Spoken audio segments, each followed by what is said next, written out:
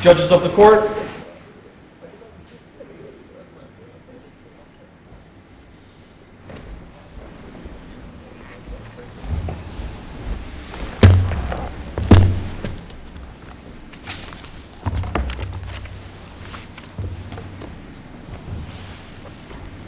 Hear ye, hear ye, hear ye.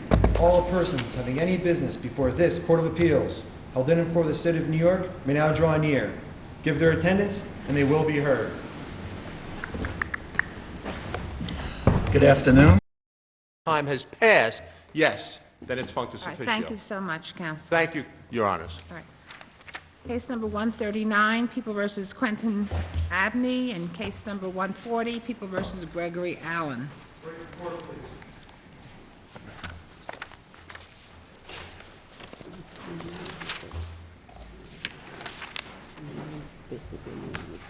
Yeah, I know.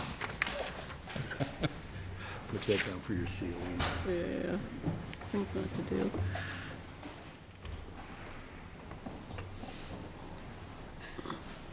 Let you get settled in. Hey, good afternoon, Mr. Palovoy? Palovoy? Polovoy. Palovoy, okay. Would you like to reserve some time for rebuttal? 3 minutes, please, Your Three? Honor. May it please the Court, my name is Brian Polovoy, and I represent the defendant appellant Quentin Abney. The People's case against my client rested solely on one witness identification, the victim in this crime.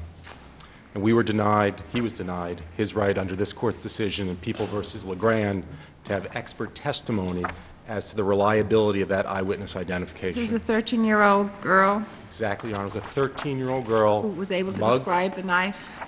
mugged at knife point on the stairwell of a subway in Manhattan. It happened in mere seconds. She made a cross-racial identification. She was scared, understandably. A police officer an hour later said she was visibly shaking. It happened in seconds. It was cross-racial. There were some pretty, she was unusually specific about it. He had puppy dog eyes and purplish lips. No, Your Honor, that was a trial. Pinkish. When if you look at the Wade hearing minutes, you will see that the only identification that she gave to the detective within the hour after the crime was a black male in his 30s, solely a black male in his 30s. That detective created a photo array based not on the description of the robber, but on the description of the robber. So those specifics that I just mentioned came up for the first time at trial? The puppy dog eyes, I believe you will not find until the trial. There is the pinkish lips, which became pinkish purplish lips in the trial. The pinkish lips were not mentioned to the detective, at least in the Wade hearing. I believe there is what's called a DD5, one of the exhibits, where she may have said to someone pinkish lips, but the puppy dog eyes. But that ain't bad. I mean, he does, that is something. The DD5 says pinkish lips. I take it if the lips weren't pinkish, you would have, that could have been brought out at trial. She could certainly say what she, the point here, LeGrand says, and our key issue here, and the reason I believe we're here, the case turned solely on the eyewitness identification. Of one person, there was nobody else. One person, Your Honor. And there's no admissions, there's nothing. Absolutely not. There was the only witnesses who appeared at trial were the witness, the victim, and the officer who did the lineup. Is that all you need to show that there's no corroboration and it's a one-witness ID case? Is that it? And then you get expert testimony? No. LeGrand, this court, Your Honor, was quite specific to say that if a case turns on an eyewitness identification, and there is little or no corroborating evidence, then it would be an abuse of discretion to deny the expert testimony. That's what I'm asking you. So all you have to do is say, we have one eyewitness and no other corroborating evidence. No, the last, and I'm sorry, the last part of the test is assuming that the expert testimony would be both relevant, beyond the ken of the juror. What if you have one eyewitness, but they have a very specific, they were able to tell the police very specific identifying characteristics? There still has to be relevant, that the expert testimony has to be relevant, okay? If you could have some, and the point here is this victim here was very certain. Our expert would have testified that often certainty is not equivalent to accuracy. Okay, fact, but No, I understand. I'm not asking you about your case here. Yeah. I'm trying to understand the rule. You seem in my mind, have expanded LeGrand to every case where there's just one witness and no corroborating evidence. Not at all. And I thought that the courts, the trial judge in the exercise of discretion can also look at the extent to which that particular witness seems to recall the event and be able to have some degree of reliability of the identification. Yes, to the following extent. What LeGrand says, and the holding is actually very clear, if it turns on the identification and there's little or no corroborating evidence, then it is abuse of discretion if the expert testimony would be relevant beyond the ken proffered by an expert and generally accepted. The relevant point is we're not suggesting that you get this testimony in every case. So suppose you had this case, except, maybe the case I was unsuccessfully trying to say this looked like. Suppose if she had said, I was robbed by a one-legged man with 3 gold teeth, at that point you would say the expert testimony becomes irrelevant. There obviously weren't 2 of these. I cannot see what area of expert testimony is not just this inchoate, I want an expert. You have to proffer specific subjects, specific factors in which you're going to testify. I don't know what an expert, off the top of my head, would testify in your hypothetical. Well, because in my hypothetical, you could still say, well, she's very certain, but certainty is not correlated with accuracy. You could. And in theory, you could do that to a witness who recognized his mother too. But at some point it becomes ridiculous. That's a different case if you know the person, if you know your assailant. Okay. Right? It could be a single witness, but To some extent, she's that is right. I going to be withdraw the the case. question. To some extent, that is going to be the case. that's the you're next going case to we're hear going to hear, right? I would suggest, if you have a wife who says, my husband beat me, okay? She's certain of it because she's been married to him for 20 years. She calls the police. If I say, what is the expert, what expert testimony am I going to put forward? I'm not suggesting there that simply that confidence and certainty that would be a relevant inquiry, because you'd No, say you've known the obviously they person know for each other 20 very years. well. But in this case, I do believe, Your Honors, we're far from that. This is the text, But- what the treatise. What about a temporal factor? I mean, I understand in this case, this crime occurred in fairly short order. But what about if a witness sees the assailant for, 15, 20 minutes in good lighting conditions? Absolutely a factor. Are- And then again, that you would A not seek. kidnapping, for You would not example. seek in that issue, again, we're not saying that there is a rule when expert testimony must come in, that expert testimony is some big box. There are various different types of expert testimony. In this case, there were originally 15 topics that were proffered. Right, but of these 15 topics, it seems to me that a talented defense attorney could always come up with some topics that are going to be relevant. And we're talking about abuse of discretion, so I'm trying to explore how far we expand this rule. Well, Because our court in LeGrand did not approve all 15 of these areas. absolutely not. Two, it said, would have passed, okay? And to be frank, when those two enough for Mr. Abney, since one of those is one of our factors, then it would be sufficient. But to answer your question, on each factor, the court would have to make a determination of whether it is relevant.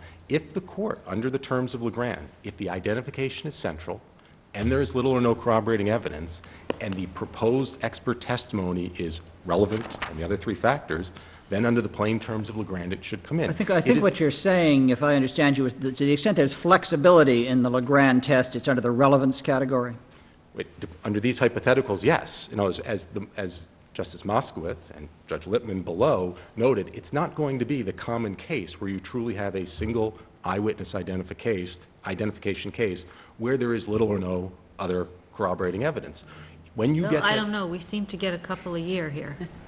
We've had Yeah. quite a few cases just in the last 2 years. But of those, you then have to look to see, is that a case where the expert testimony is relevant in those other 3 But factors? usually it will be relevant, won't it? I mean, we can come up with these fancy hypotheticals about one-legged men, but but this is as one-witness ID cases go, this is a very strong one. And you're still saying that you're entitled to call an expert I witness. respectfully submit, Your Honor, this is a weak one. You have a 13-year-old girl who says a male black in her 30s mugged her. It happened in seconds. What was she able to describe? While she described a male black in his 30s, she described a knife with a 6-inch blade, curved, held 6 inches from her neck. She was able to explicitly describe the knife. That's weapon focus. So she, And that is what experts will tell you, is when there's a weapon, it is something, the expert doesn't get to say she's wrong. What the expert gets to say is studies have shown that when there is an event, and it happens, and it is cross-racial. or it Weapons happens focus is actually the one we held didn't make it in LeGrand. You did on those facts. Subsequently, trial courts have held, and it's in our brief, that it does. And When did she obviously, say a blue short-sleeved shirt and a blue bandana? when did she say that? Yes. Was that at the Wade hearing? Did she say that Your to Honor, the my police, or recollection- was that when she testified? My recollection, and I believe it was before her trial testimony. I don't want to, I know it was before the trial testimony. I don't believe at the Wade hearing that Detective Dorville brought that up, but I believe, and I'm sure I'll be corrected if I'm wrong, that it was brought up on one of the initial, police forms that were filled out, that it wasn't, and I'm not suggesting any of this was a later creation. I'm simply saying that when you have that type of ID, I have no doubt that this young girl sincerely believed that my client was the one who attacked her. But when an expert is allowed to do, and this court under Lee and Young and LeGrand has said, it's been clear that that experts have found through detailed studies, which are now generally accepted, that people do make mistakes. They're very confident and they're wrong. And all the expert will get to do is say what those studies have shown, that when you are an Well, extraordinarily... just the fact that people make mistakes is not something beyond the ken of the average. You don't need an expert to tell you that people make mistakes. Of course not. But you need them to tell you things that are counterintuitive. And what this court's decisions have said is a lot of it is counterintuitive. People think, with this prosecutor, when you look at the summation, it's the textbook of why this court's decision... In this case, what is your expert going to, I'm the jury, tell me, you're the expert, tell me what's so counterintuitive that's going to make me doubt the accuracy of this identification. Okay. One, and I will tell you specifically, because again, out of the 15 topics, 5 we waived, okay? And there were certain ones that the court had said aren't coming in any event, denied the Fry hearing, which was... Then don't tell me what you're not going to tell me, tell me what you're going to tell me. And again, these are on page 9 of their motion, which is page 197 of the appendix. The factors that remained were stress, that very high levels of stress impair identification accuracy. Event violence, that eyewitnesses have more trouble remembering violent than nonviolent events, of which weapons focus is a subset of that, and that is one that is so true, that when there is a weapon used in a crime, the witness focuses on the weapon. They can remember the details of that weapon, but at the expense, understandably, they're looking at the weapon, at the expense of looking at the individual perpetrating the crime. Cross-racial, the inaccuracy of cross-racial identifications, you're correct that, that is something I believe the people say, well, there was no evidence that a South Asian would have trouble identifying a black man. Well, that's what the Fry hearing was for. That's what our client should have been allowed to put We in the hearing. recognize that weapon focus met Fry in LeGrand? You did not, but again, because in that case, the evidence didn't... As I remember, the expert who testified in LeGrand almost gave up on weapons focus. Your Honor, again, first, LeGrand, which I note, was the same trial judge, Justice Wetzel, who heard this case, and in his decision denying our motion here, he cites to the lower court decision in LeGrand, which this court ultimately reversed. Obviously, he didn't know of the law, but even though we had cited to Lee in that case, just because something didn't meet, I see my time's expiring. Answer, finish the Just question. because it didn't meet a Fry test in one example doesn't mean it can't ever be it can't meet Fry a day later, a month later, a year later. Something obviously takes time under Fry to become generally accepted.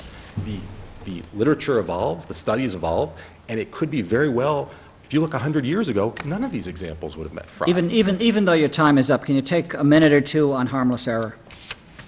Certainly, Your Honor. Well, it's an interesting point.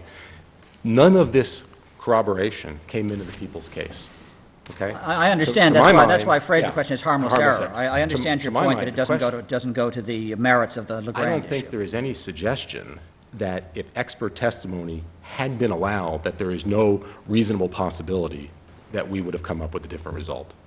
That is why, at the end of the day, this corroboration, it's one thing to talk about a And case where... how could I mean, you say you might not have called your alibi witnesses? Because I don't see how a jury hears your alibi witnesses and acquits. I don't know if they would have been called. I don't know what the defense case obviously depends on what the people's case is. It's a different case. There was no open, you know. Coming to the specifics, can you think of any possible explanation